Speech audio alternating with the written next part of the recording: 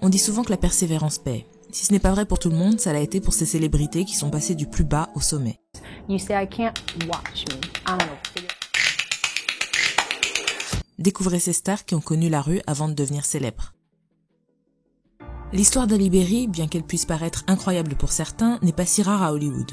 Tout commence à Oakwood, en Ohio, où elle grandit avec sa mère et sa sœur. Elle n'a plus revu son père qui était violent avec sa mère depuis l'âge de 4 ans lorsqu'ils ont divorcé. Halle Berry suit une scolarité exemplaire. Au lycée, elle est éditrice du journal de l'école, Pom-Pom Girl, étudiante d'honneur et reine de promo. À partir des années 80, elle commence à participer à des concours de beauté. Elle finit première dauphine de Miss USA en 1986 et 6e au concours de Miss Monde la même année. À 18 ans, elle s'envole pour Chicago pour poursuivre dans le mannequinat et suit des cours d'improvisation en même temps pour passer le temps, sans aucune volonté d'en faire son métier. L'une de ses professeurs lui conseille toutefois de poursuivre ses études dans le cinéma. Bien que sa première réaction ait été de dire non, elle finit par y réfléchir et s'inscrit à des cours de comédie à New York. Elle part ainsi poursuivre ses ambitions dans le cinéma, avec les économies gagnées grâce au mannequinat.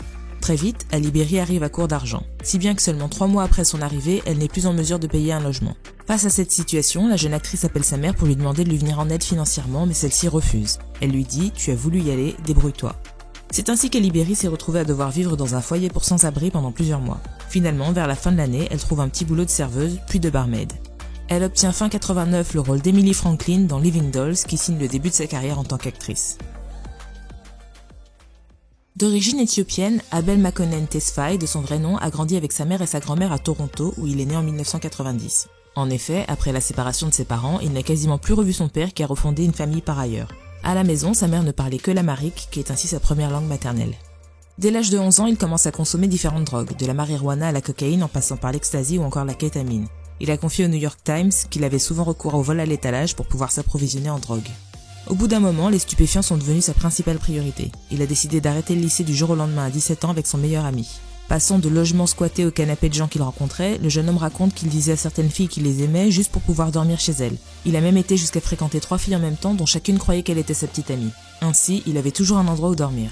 Vendant de la drogue pour se nourrir, The Weeknd a fait un bref passage en prison dans sa jeunesse qui a été un électrochoc pour lui. Cette expérience l'a poussé à vouloir une vie meilleure et à se battre pour l'obtenir. Finalement, en 2010, il se fait remarquer en postant anonymement ses premières productions musicales en ligne sous le pseudonyme The Weeknd qui deviendra son nom de scène. Celles-ci sont très vite remarquées, attirant l'attention du chanteur Drake et du New York Times. Suite à ça, le jeune artiste commence à se produire seul et collabore très vite avec des pointures de la musique. Sa carrière est lancée. Le rappeur / baby daddy de Rihanna, A$AP Rocky, avec sa carrière au sommet aujourd'hui, pèse environ 10 millions de dollars. Sa petite amie aurait quant à elle une fortune estimée à près d'1,7 milliard de dollars. Alors que le monde regarde avec émerveillement ce super couple construire sa famille tout en créant un empire, lorsque l'on zoome de plus près sur A$AP Rocky, on découvre un parcours de vie loin d'être tout rose. L'artiste a en effet réussi à sortir d'une vie de malheur et de crime et à laisser derrière lui ses jours d'errance.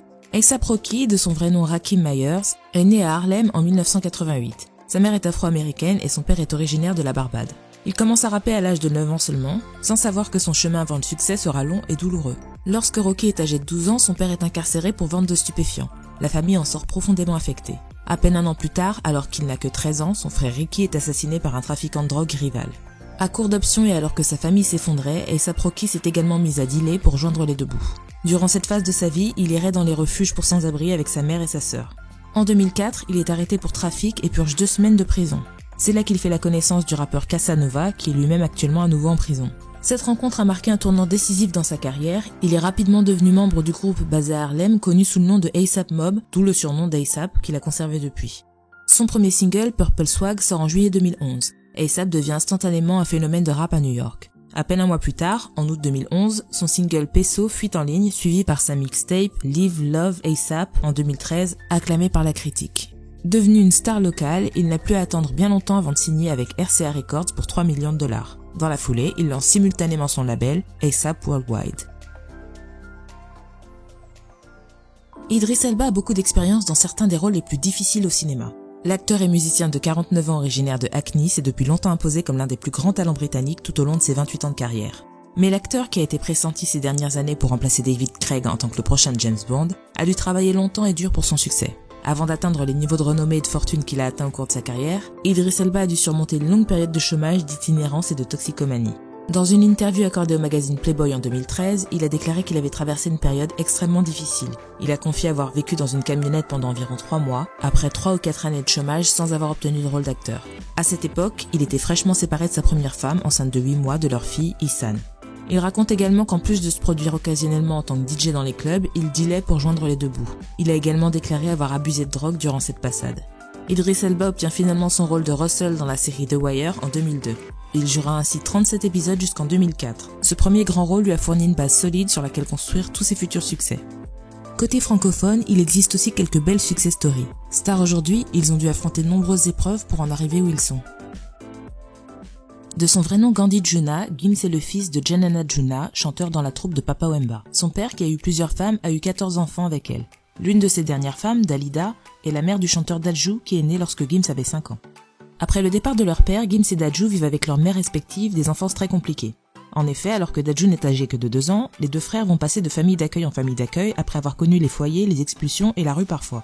Une vie qui les a séparés pendant de nombreuses années puisque les deux frères ne se sont revus que 12 ans après. D'une manière générale, les rapports entre les 14 enfants de la famille ont été très distendus. C'est à peine s'ils se connaissent tous. Vivant aujourd'hui dans des conditions plus que confortables, Dadju a confié dans une interview que les enfants des deux frères refusent de les croire lorsqu'ils leur racontent leurs anciennes conditions de vie. Il a également confié qu'il était obsédé par la crainte de revivre cette situation un jour et qu'il travaillait parfois trop afin que cela n'arrive pas. Ça fait flipper, tu vois. J'ai plus peur de ne plus avoir d'argent que de ne plus avoir de succès. Tu vois ce que je veux dire? Shai, de son vrai nom Vanessa Lesnicki, a vécu une enfance modeste à Bruxelles avec ses parents et ses deux frères. Ainsi, lorsque son père obtient par son travail l'opportunité de les scolariser dans des écoles privées, elle se sent en décalage avec ses camarades issus de familles plus aisées. C'est ce qui va provoquer lentement mais sûrement un décrochage scolaire.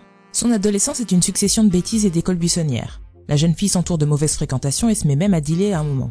Ses parents, dépassés par son comportement, décident de l'envoyer vivre à Kinshasa quelque temps, ainsi qu'à Djibouti pour la voir revenir changer. Mais à son retour en Belgique, il n'en est rien. Lorsque Shai a 20 ans, elle est repérée par Booba grâce à un morceau écrit par son frère. Celui-ci l'invite à monter avec lui sur scène lors d'un concert à Bercy, lui offrant ainsi une opportunité de débuter sa carrière. Seulement après cet événement, elle retourne à Bruxelles et repart dans ses travers pour gagner de l'argent. Autour d'elle, elle voit ses amis mourir ou partir en prison. Assez rapidement, elle se retrouve coupée de sa famille et à la rue. À ce moment de sa vie, elle est perdue et a l'impression d'être passée à côté d'une incroyable opportunité dans la musique. N'ayant pas grand-chose à perdre, elle décide de prendre le train pour Londres avec 30 € en poche pour y chercher du travail. L'objectif, financer ses ambitions dans la musique. Elle a la chance de trouver immédiatement un job sur place qui lui permet de faire des allers-retours à Paris pour enregistrer ses morceaux en studio. Finalement, elle est contactée par une maison de disques qui lance sa carrière. Si vous n'êtes pas fan de MMA, peut-être que le nom de Francis Ngannou ne vous dit rien. Et pourtant, son histoire mérite d'être connue. C'est l'histoire d'un jeune Camerounais à l'enfance compliquée que rien ne prédestinait à devenir champion du monde UFC. Francis Ngannou, né le 5 septembre 1986 à Bati au Cameroun. Il vit une enfance très difficile, sa famille étant très pauvre. Au divorce de ses parents, il est contraint de travailler dans des conditions proches de l'esclavage, dans une mine de sable. Élève doué à l'école, il rêve de devenir architecte ou avocat. Ce n'est que vers la vingtaine que lui naît la passion pour la boxe. Lorsqu'il enfile son premier gant à 22 ans, il se rêve en Tyson, bien qu'on lui dise qu'il est beaucoup trop tard pour commencer. Poussé par son rêve de devenir boxeur professionnel, il se décide à traverser la Méditerranée au péril de sa vie. Un voyage difficile dont il a du mal à parler car il laisse des traces. Une fois arrivé à Paris, il se retrouve seul, sans argent, sans amis et en situation irrégulière. Il dort ainsi dans les rues de Paris-la-Villette, jusqu'à ce que l'association La Chorba le recueille une nuit et lui propose de devenir bénévole. Alors qu'il distribue des repas pour celle-ci, Francis Ngannou, intéressé par la salle de boxe à côté, demande au directeur s'il peut y aller. N'ayant aucun moyen de payer, le responsable de la salle, Fernand Lopez, décide de le prendre sous son aile, reconnaissant son potentiel. Orienté rapidement vers la MMA, il décroche 2 ans plus tard un ticket pour accéder au championnat du monde de l'UFC. Lors de son premier match, Francis Ngannou se fait remarquer par un KO à son adversaire dès le premier round. Le 28 mars 2018, en battant par KO l'américain Stipe Miocic, il devient le premier africain champion du monde d'UFC. Aujourd'hui, après 17 victoires et seulement 3 défaites, le champion, qui vit à Las Vegas, peut se vanter d'avoir pris une belle revanche sur la vie. Pour rester à jour de l'info, n'oubliez pas de vous abonner à la chaîne et d'activer les notifications. Vous trouverez également les articles complets sur black.fr.